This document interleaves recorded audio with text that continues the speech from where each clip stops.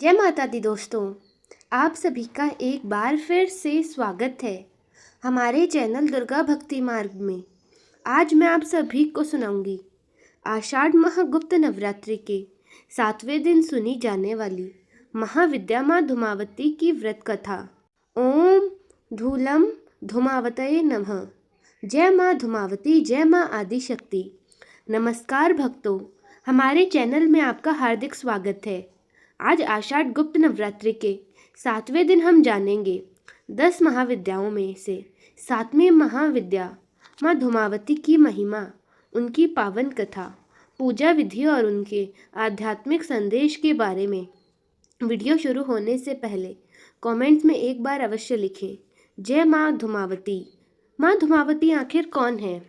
10 महाविद्याओं में माँ धूमावती को 7वीं महाविद्या का दर्जा प्राप्त है।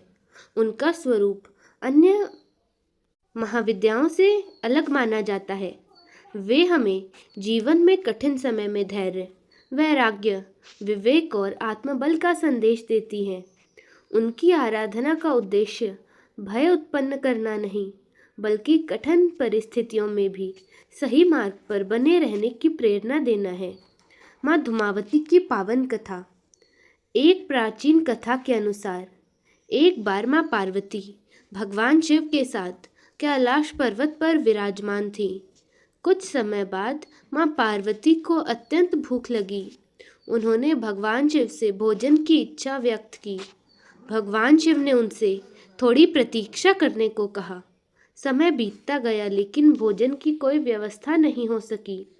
माँ ने पुनः निवेदन किया, परंतु उन्हें फिर प्रतीक्षा करने के लिए भगवान द्वारा कहा गया। कथा के अनुसार तब आदि शक्ति का एक अत्यंत रहस्यमय स्वरूप प्रकट हुआ, जिसे माँ धूमावती कहा जाता है। यानी कि माँ पार्वती ने क्रोध में आकर भगवान शिव को अपने मुंह में निगल लिया और उनका स्वरूप कुछ अलग ही हो गया।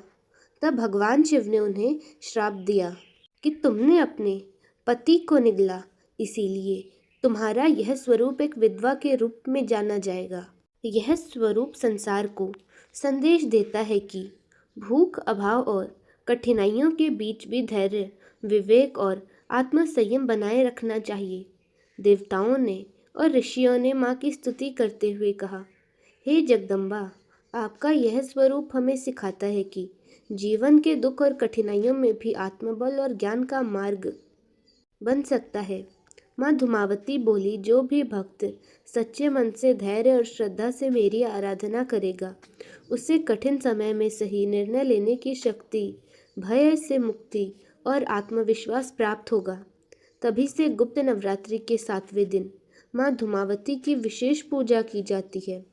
माँ धूमावती का संदेश।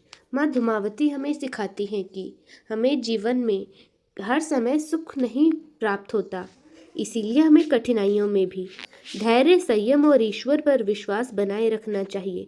यही सच्ची साधना है। आषाढ़ गुप्त नवरात्रि के 7वें दिन की पूजा विधि।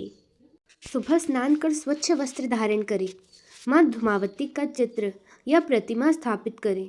धूप और दीपक अर्पित करें। फल और सात्विक भोजन अर्पित करें। इसके बाद श्रद्धा से इस मंत्र का 108 बार जाप करें। ओम धूम धूमावतये नमः। अंत में माँ से धैर्य, विवेक और मानसिक शक्ति की प्रार्थना करें। विवाहित महिलाओं को माँ धूमावती की पूजा स्पष्ट रूप से नहीं करनी चाहिए, यानी कि उन्हें चौकी वगैरह लगा के माँ की आराधना नहीं करनी है। सिर्फ माँ का मन में स्मरण करके उनसे अपने मनोकामना पूर्ति के लिए प्रार्थना करनी है। माँ की पूजा या तो कुंवारी कन्याएं ही कर सकती हैं। इसके अलावा विवाहित महिलाओं को माँ की स्पष्ट रूप से पूजा नहीं करनी चाहिए। माँ धूमावती की कृपा से मिलने वाला फल। धार्मिक मान्यताओं के अनुसार माँ की आराधना करने से कठिन समय में धैर्य मिलता है, भय और मानसिक तनाव कम हो जाता है, आत्मविश्वास बढ़ता है, विवेक और सही निर्णय लेने की शक्ति मिलती है, आध्यात्मिक साधना में प्रगति होती है, नकारात्मक सोच से मुक्ति मिलती है। गुप्त नवरात्रि का 7वां दिन हमें यह सिखाता है, जीवन की कठिनाइयाँ भी हमें मजबूत और परिपक्व बनाती हैं। यदि आपको विद्या माँ धूमावती की यह कथा अच्छी लगी तो वीडियो को लाइक करें, शेयर करें और हमारे चैनल दुर्गा भक्ति मार्ग को सब्सक्राइब करना ना भूलें। ऐसे ही धार्मिक वीडियो के लिए हमारे चैनल के साथ जुड़े रहें और कमेंट्स में अवश्य लिखें जय माँ धूमावती। माँ धूमावती की कृपा आप और आपके परिवार पर सदैव बने रहे। जय माता दी।